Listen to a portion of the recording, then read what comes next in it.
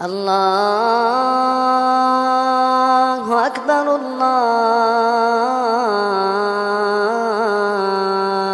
أكبر.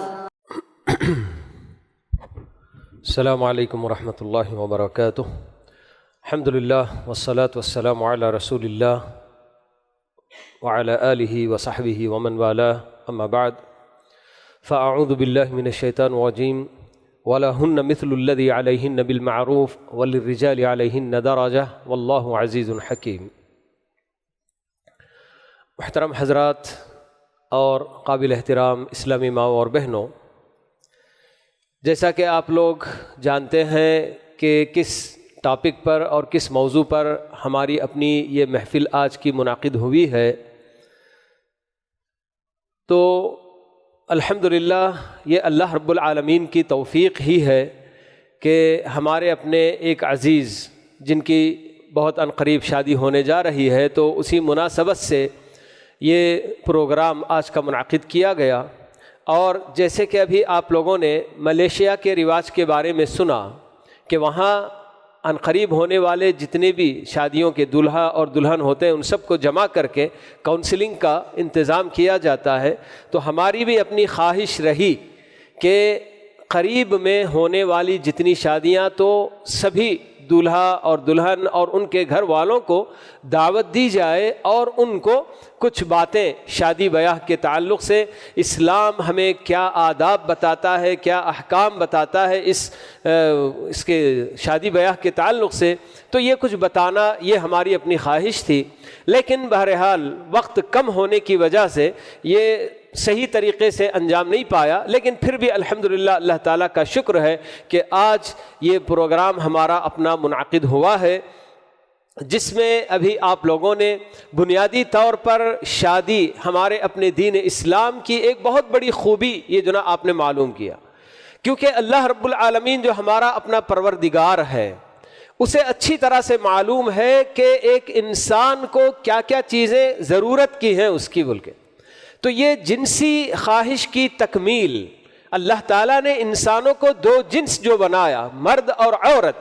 تو مرد کا سکون عورت میں اور عورت کا سکون اللہ تعالیٰ نے مرد میں رکھا. تو اسی لیے اللہ رب العالمین نے نکاح کے اس عمل کو جائز قرار دیا، حلال قرار دیا، اور اس کے کچھ احکام آداب وغیرہ بھی اللہ رب العالمین نے قرآن میں بھی اور پیارے نبی صلی اللہ علیہ وسلم کی سنتوں میں بھی ہمیں اللہ تعالیٰ نے بتائے ہیں.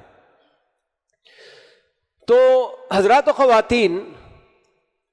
جس موضوع پر ہم لوگ ابھی باتیں سنتے آئے ہیں، تو یہ جو ٹاپک ہم جو طے کیے کہ خوشگوار ازدواجی زندگی کے سنہرے اصول کہہ کر، تو اس میں کچھ باتیں ابھی آپ لوگوں نے شیخ سے سنی ہیں. تو ویسے ہی کچھ اور باتیں میں بھی آپ کے سامنے رکھتا چلوں. جیسا کہ یہ ایک بات ابھی آپ لوگوں نے معلوم کی کہ عام طور پر اس زندگی میں فیلئر کا جو سامنا کرنا پڑتا ہے، ناکامی کا جو سامنا کرنا پڑتا ہے، تو اس کی ایک بنیادی وجہ ہماری اپنی پیاری شریعت کی پیاری تعلیمات سے ناواقفیت، جہالت. جیسے آج دین کے اور بہت سارے مسائل عبادات کے تعلق سے جیسے اللہ تعالیٰ نے تفصیلات ہمیں دی ہیں اور ان کی جانکاری نہ ہونے کی وجہ سے لوگ عبادتیں کیا ہیں، کیسے کرنی چاہیے نہیں جانتے ہیں. تو ویسے ہی معاملات کے تعلق سے بھی اللہ رب العالمین نے بہت ساری تفصیلات ہمیں بتائی ہیں، چاہے وہ لین دین کے معاملات ہوں، شادی بیاہ کے معاملات ہوں، اور دیگر بہت سارے معاملات جو ہمیں دنیا میں برتنے کے جو ہوتے ہیں، سب کے تعلق سے اللہ تعالیٰ نے ہم کو احکام دیے ہیں. لیکن بس ہمارا اپنا قصور ہوتا ہے، ہماری اپنی کمزوری ہوتی ہے کہ ہم اسے جان نہیں پاتے یا جاننے کی کوشش بھی نہیں کرتے، کہ جس کی وجہ سے سب چیزوں کے اندر ہمیں ناکامی کا سامنا کرنا پڑتا ہے. تو ویسے ہی بالکل یہ شادی بیاہ کا معاملہ بھی ہے. یہ رشتہ جتنا پاکیزہ اور جتنا مقدس ہے، تو اس کی قربت کو اللہ رب العالمین دیکھیے کہ کیا بتاتے ہیں کہ ہن لباس لکم وانتم لباس لہن. سورہ بقرہ کی آیت میں اللہ رب العالمین یہ بتا رہے ہیں کہ عورتیں تمہاری بیویاں تمہارا اپنا لباس ہیں اور تم ان کے لیے لباس ہو. آدمی کے اپنے جسم سے اس کا اپنا لباس ہی سب سے قریب ہوتا ہے، جو جسم سے چپکا ہوا لگا ہوا ہوتا ہے. تو بالکل یہ رشتہ بالکل میاں بیوی کا اتنا قریبی رشتہ ہے کہ بالکل جیسے کہ وہ تمہارا اپنا لباس ہے اور تم ان کا لباس ہو. ایک ناحیہ یہ بھی اس کا جو نا اہل علم بتاتے ہیں کہ قربت بتانے کے لیے یہ بات بتائی گئی. تو ویسے ہی ایک اور بھی بڑا اہم نقطہ اہل علم بتاتے ہیں کہ آدمی کے اپنے جسم پر جہاں کہیں بھی داغ ہو، کوئی بھی بدنما چیز ہو، لیکن اس کا اپنا جسم اسے چھپا لیتا ہے. تو بالکل اسی طرح سے میاں بیوی ان کے اپنے اندر کسی بھی طرح کے، جیسے ابھی آپ نے سنا نا کہ کوئی بھی آدمی مکمل نہیں ہو سکتا ہے، ہر طرح کی خوبیاں اس کے اندر نہیں ہو سکتی ہیں، کچھ نہ کچھ خرابی شوہر میں بھی ہوگی، کوئی خرابی بیوی میں بھی ہوگی. لیکن میاں اور بیوی کا یہ رشتہ ایسا پاکیزہ رشتہ ہے کہ وہاں یہ کوشش ہونی چاہیے کہ شوہر اپنی بیوی کے عیوب کو چھپائے اور بیوی اپنے شوہر کے عیوب کو چھپائے اور خود اس قدر اس کو جو ہے کہ برداشت کر لے اور تحمل کر لے کہ باہر کہیں اس کا ڈھنڈورا نہ پیٹے. اس حیثیت سے بھی یہ بات بتائی گئی. کہتے ہیں کہ عورت شوہر کا لباس ہے تو شوہر بیوی کا لباس ہے، کہ یعنی کہ ایک دوسرے کی جو کمزوریاں، جو خامیاں ہوں گی اسے چھپانے کی بھی ذمہ داری ان دونوں پر ہے. جب ایسی زندگی زوجیت کی گزرے گی، میاں بیوی کی گزرے گی، تو انشاءاللہ ضرور یہ کامیاب بھی ہوگی اور جنت نظیر بالکل جو ان کا اپنا گھر ضرور بنے گا. میں نے ابھی آپ لوگوں کے سامنے جو آیت تلاوت کی، اس میں بھی اللہ رب العالمین دیکھیے کتنی جو نا بہترین انداز میں جی میاں اور بیوی دونوں کے حقوق بیان کرتا ہے. اللہ تعالیٰ مرد کو جہاں مرد بنایا اور اس کو عورت کے مقابلے میں طاقتور بنایا، سب کچھ کیا،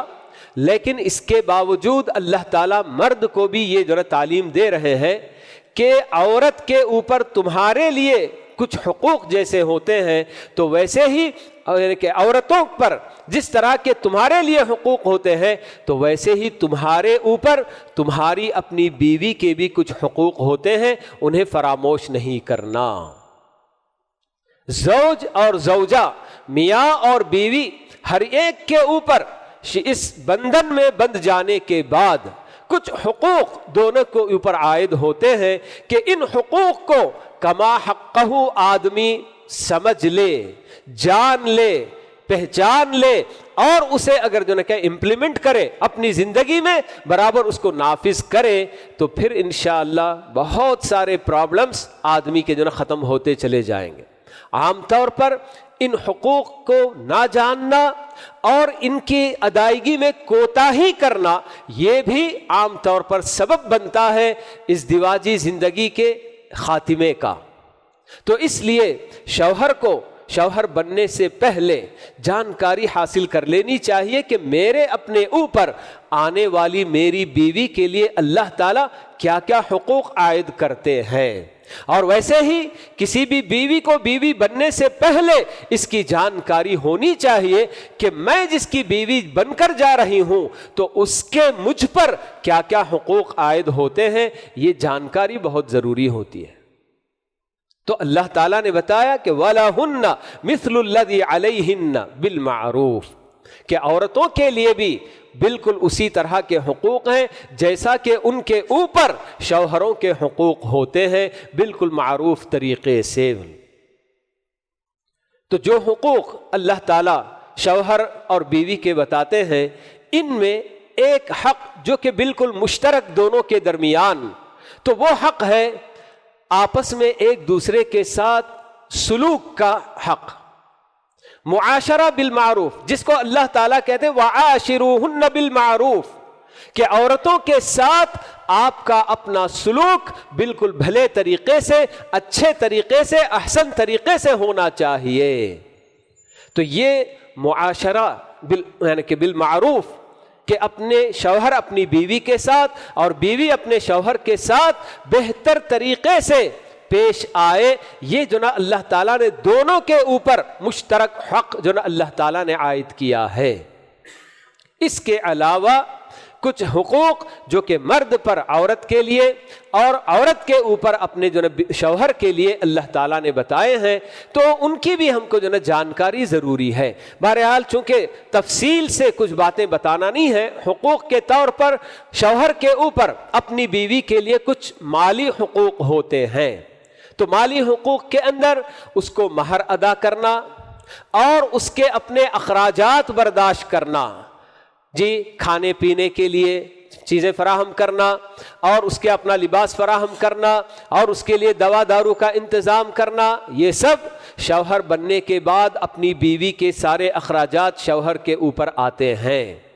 اور یہاں میں یہ بھی بیان کر دوں کہ عام طور پر جب ڈیلیوری کا موقع آتا ہے تو اس وقت بہت سارے گھرانوں میں یہ رواج پایا جاتا ہے کہ لڑکی کے جو والدین ہیں ان کی ذمہ داری ہے کہ وہ سارے اخراجات برداشت کریں۔ لڑکی کا جو بھی خرچ آتا ہے، چاہے وہ نارمل ڈیلیوری ہو یا سیزرین ڈیلیوری ہو، جو کوئی بھی ہو، تو لوگ یہ سمجھتے ہیں کہ اگر لڑکی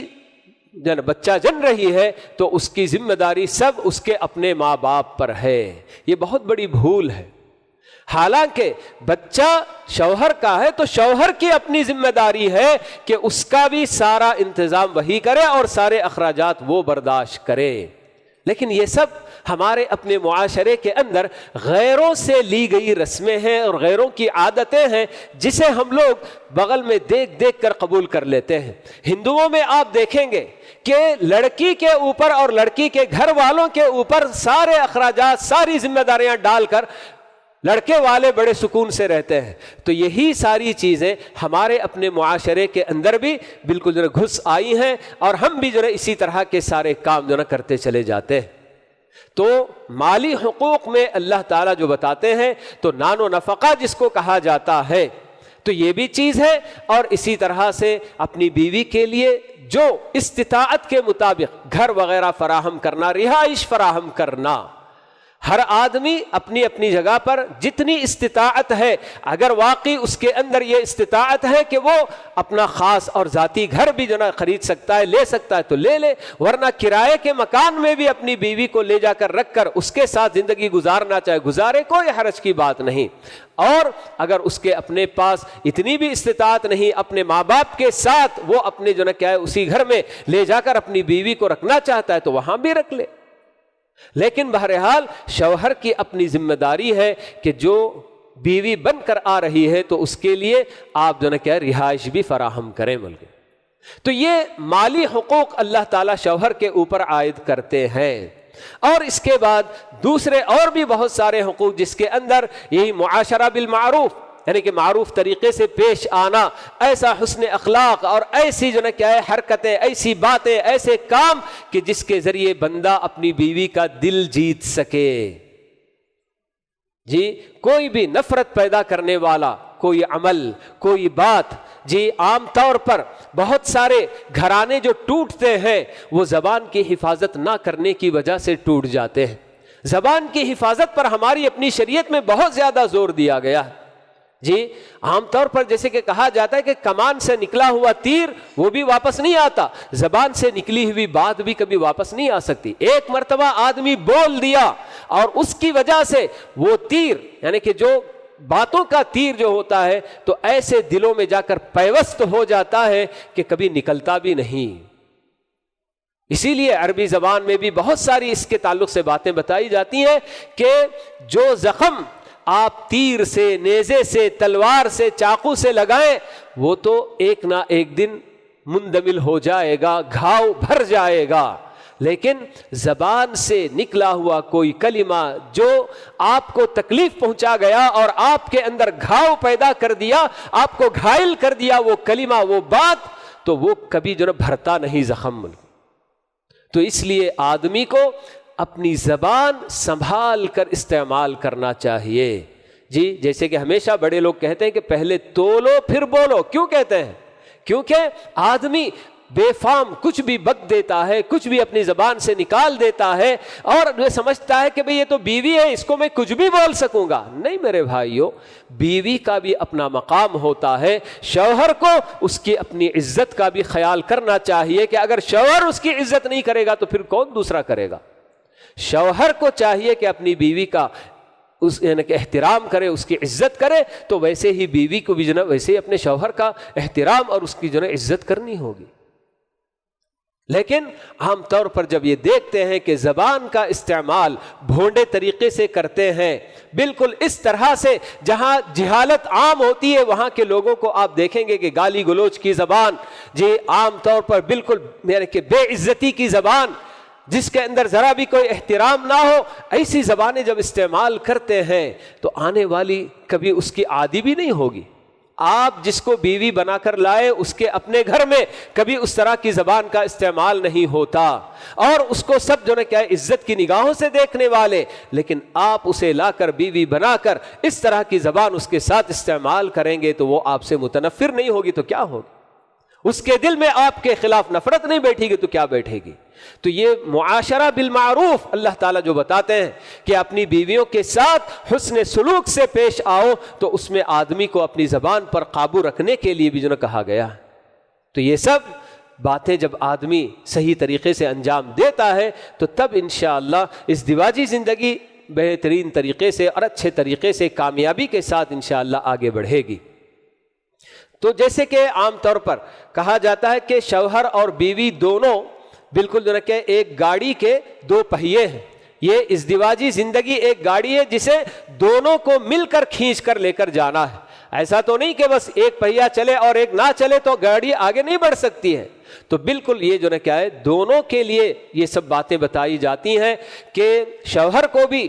جس طرح سے حسن معاشرت کے ساتھ پیش آنا ہے تو ویسے ہی بیوی کو بھی چاہیے کہ اپنے شوہر کے ساتھ حسن معاشرت کے ساتھ پیش آئے. بلکہ اللہ تعالیٰ نے تو کہہ دیا کہ وَلِلرِّجَالِ عَلَيْهِنَّ دَرَجَاتٌ، کہ مردوں کا حق بیویوں پر بہت بڑا ہے. اللہ تعالیٰ نے خاص اس کو ذکر کیا ہے کیونکہ مرد اپنی جگہ پر بیوی کا یعنی کہ بعض اہل علم تو یہاں تک کہا ہے کہ جس طرح سے حاکم ایک بڑا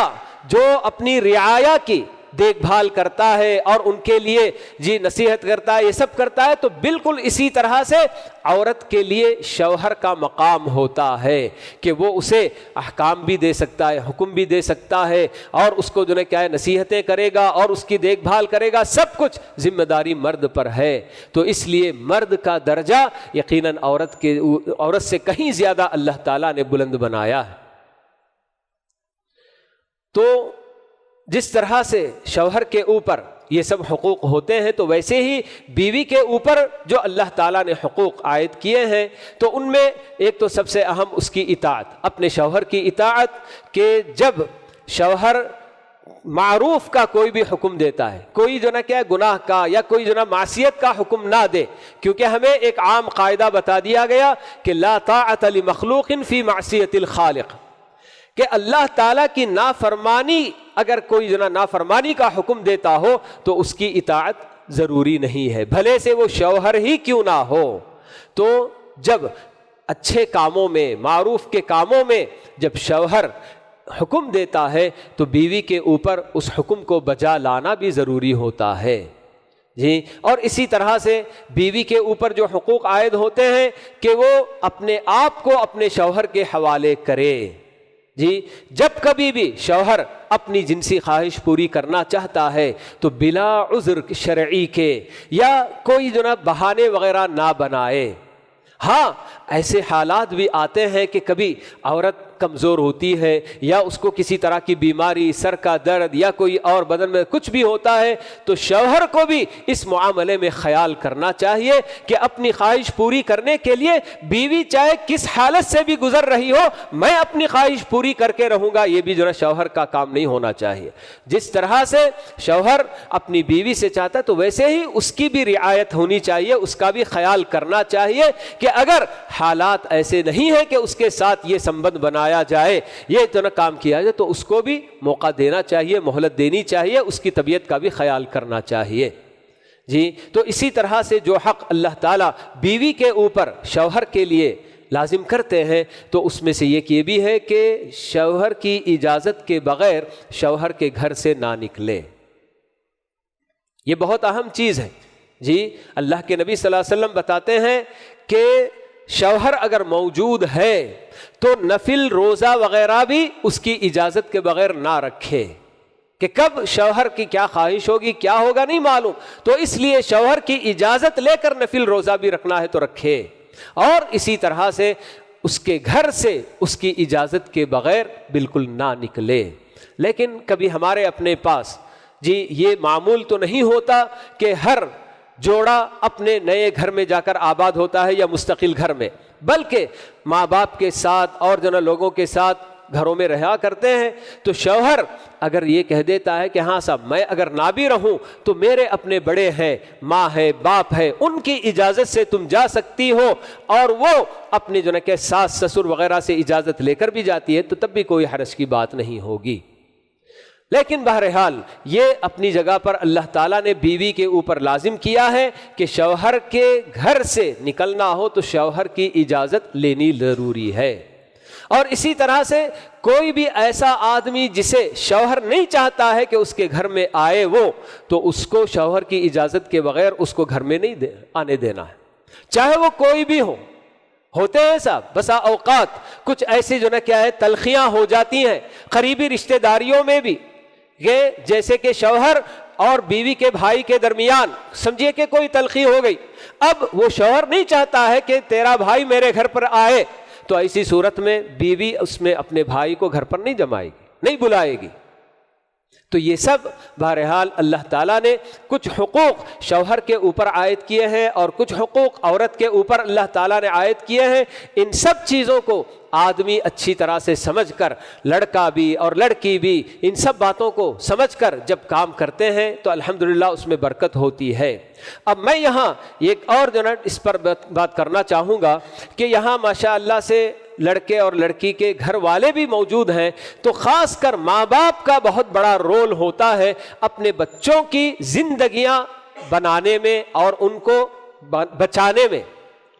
عام طور پر یہی دیکھا جاتا ہے کہ لڑکی اپنے سسرال میں رہ کر کبھی ایک فون کر کے مجھے کہا گیا کہ مجھے برتن دھونے کے لیے بول رہے ہیں، مجھے جھاڑو دینے کے لیے بول رہے ہیں. ادھر لڑکی نے کیا فون کر دیا کہ ماں باپ کے گھر سے ماں ہو بھائی ہو کوئی بھی آ گیا اور کہتے کہ ہماری بچی سے تم یہ کام کیسے لے سکتے. ارے بھائی یہ سب کیا دنیا میں کوئی اور نہیں کرتا ہے؟ کام کرتے ہی ہیں. گھر ہے تو گھر کے اندر مختلف قسم کے کام ہوتے ہیں، چائے بنانا ہوگا، کبھی کوئی اور چیز بنانی ہوگی، کچھ بھی ہوگا. تو اس طرح کے کاموں پر معمولی سی بات پر لڑکی نے اپنے ماں کو فون کر دیا تو وہاں سے بالکل برقع اوڑھ کے گھر آ گئی اور یہاں لڑنے کا جو نا کام شروع ہوتا ہے. حالانکہ ایسے موقع پر ماں باپ اپنے گھر کے اپنے بچوں کے گھروں کو بچانے کی فکر کریں اور ان سے کہیں کہ خبردار اپنے شوہر کے گھر میں رہنا اور کسی بھی وجہ سے جناب میرے گھر پہ نہیں آنا. عام طور پر یہ بھی دیکھا جاتا ہے جیسے ہی بچی اپنے شوہر کے گھر سے وہاں سے ناراض ہو کر کچھ بھی بول کر کے بتائے بغیر سیدھے نکل کر اپنے ماں باپ کے گھر چلی جاتی ہے تو اس کو بلا کر بٹھاتے ہیں، بہت اچھا کری تو گھر چھوڑ کر آ گئی، اب دیکھیں ہم ان کو کیا دینا دکھاتے ہیں کرتے ہیں بول کے. یہ ایسے ماں باپ ہوتے ہیں جو اپنے بچوں کی زندگیاں برباد کرنا چاہتے ہیں. ایسی بہت ساری مائیں اور بہت ساری ایسی بہنیں ہوں گی جو اپنی ہی بہنوں کی زندگیاں بگاڑتی ہیں، اپنی بچیوں کی زندگیاں برباد کرتی ہیں. وہاں دیکھیے پیارے نبی علیہ السلام کی زندگی میں کہ جب وہ واقعہ پیش آیا تھا حضرت عائشہ رضی اللہ تعالی عنہا کے ساتھ، جب ان پر تہمت لگا دی گئی تھی، بہت بڑی تہمت زناکاری کی، اور جب عائشہ کو پتا چلا تو وہ اپنے گھر کو چھوڑ کر یعنی پیارے نبی صلی اللہ علیہ وسلم کا گھر چھوڑ کر اپنے ماں باپ کے گھر جا رہی ہیں. اور وہاں جانے کے ساتھ ماں نے تو استقبال کر لیا بیٹی کا، لیکن ابو بکر جیسے ہی گھر پہنچتے ہیں رضی اللہ تعالی عنہ تو وہ جب دیکھتے ہیں کہ عائشہ پیارے نبی صلی اللہ علیہ وسلم کا گھر چھوڑ کر اپنا گھر چھوڑ کر یہاں آئی ہے، بولتے کہ پہلی فرصت میں تم وہاں جاؤ، شوہر کے گھر جا کے رہو، اس کے بعد دیکھتے ہیں کہ پھر کیا معاملہ ہے، کیسے ہینڈل کرنا ہے، کیا کرنا ہے، یہ دیکھا جائے گا. لیکن یہاں آج کل ہمارے اپنے پاس بہت سارے ماں باپ ایسے ہوتے ہیں جو بیٹیوں کی یا کسی اور کی معمولی سی شکایت سنتے ہیں اور فوراً بالکل اس کے لیے جی زندگی برباد کرنے کے لیے تل جاتے ہیں. تو یہ سب جی بالکل بھی نہیں ہونا چاہیے. تو ایک طرف سے ماں باپ جہاں اس کا بہت یہ کرتے ہیں، تو ویسے ہی دوسری طرف ساس سسر کا بھی معاملہ ہوتا ہے. تو یہ سب جیسے آپ کے اپنے ماں باپ آپ کے لیے عزیز ہیں، تو ویسے ہی شوہر کے ماں باپ یا بیوی کے ماں باپ ان کے لیے عزیز ہیں. تو آپ کا جو نیا رشتہ بنا ساس سسر کا، اور پھر جو نا کیا ہے اور بھی دوسرے ننند کا، بھاوج کا، یہ سب رشتے، جی ہر رشتے کو نبھانا، ہر رشتے کا احترام کرنا لڑکے کو بھی چاہیے، لڑکی کو بھی چاہیے. جی جہاں یہ سب چیزیں نہیں ہوتی ہیں تو پھر اس کے بعد بہت سارے اختلافات، چھوٹی چھوٹی باتیں بھی بڑی بن جاتی ہیں. تو یہ جیسے کہ ابھی بات آئی بھی تھی کہ عام طور پر یہ جو ہمارے اپنے ہاتھوں میں جو کھلونا آ گیا ہے موبائل فون کا، تو یہ موبائل فون بہت سارے مسائل کی جڑ ہے،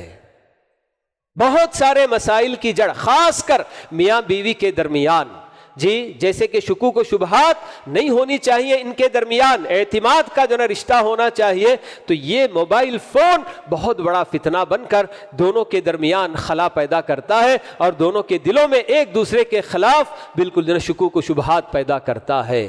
تو یہ شیطان سے کچھ کم نہیں ہے. تو اس لیے اس کا استعمال میں بار بار کہتا ہوں، لڑکے کو بھی چاہیے کہ بالکل اپنی بیوی کے لیے موبائل دیکھنے کی پوری اجازت دے کہ ہاں صاحب میرا کس سے رشتہ ہے، کس سے میرا کانٹیکٹ ہے، اور میرے اپنے میسیجز میں کیا کیا چیزیں آتی ہیں. بیوی دیکھنا چاہے دیکھے. بیوی کو بھی بالکل اپنے شوہر کو یہ حق دینا چاہیے کہ اس کا موبائل اگر وہ دیکھنا چاہتا ہے، اس سے کچھ بھی کرے تو اس کو جو پورا حق ہو. لیکن جہاں ایسے پاسورڈ ڈال کر جی کہ میرا فون وہ نہیں دیکھیں گے اور اس کا فون میں نہیں، ایسے جب رہے گا تو پھر یہاں بہت ساری باتیں جنم لیتی ہیں، اور اس کے نتیجے میں بالکل جو نا ازدواجی زندگیاں برباد ہوتی ہیں. تو اس لیے یہ سب ایسی باتیں ہیں کہ شادی سے پہلے اگر ان سب باتوں کا خیال کر لیا جائے، اور آگے سب یعنی بالکل یعنی جو تعلیمات ہمارا اپنا دین ہم کو دیتا ہے، جو آداب ازدواجی زندگی کے ہم کو بتاتا ہے، ان سب باتوں کو ملحوظ رکھ کر، ان سب باتوں کو فالو کرتے ہوئے جب ہم اپنی زندگی گزارتے ہیں تو اللہ تعالیٰ یقیناً اس میں برکت عطا کرتے ہیں. جی یہ سب جیسے کہ آپ نے سنا کہ یہ بالکل یعنی کہ ایک ازدواجی زندگی، اسی کے اندر اللہ تعالیٰ نے سکون کا ذریعہ بنایا. مرد کے لیے عورت کو سکون کا ذریعہ، اور عورت کے لیے مرد کو سکون کا ذریعہ بنایا ہے. لیکن ہم لوگ ہوتے ہیں کہ خود اپنے کیے اپنے کرتوتوں کے ذریعے اپنے اس سکون کو غارت کر دیتے ہیں.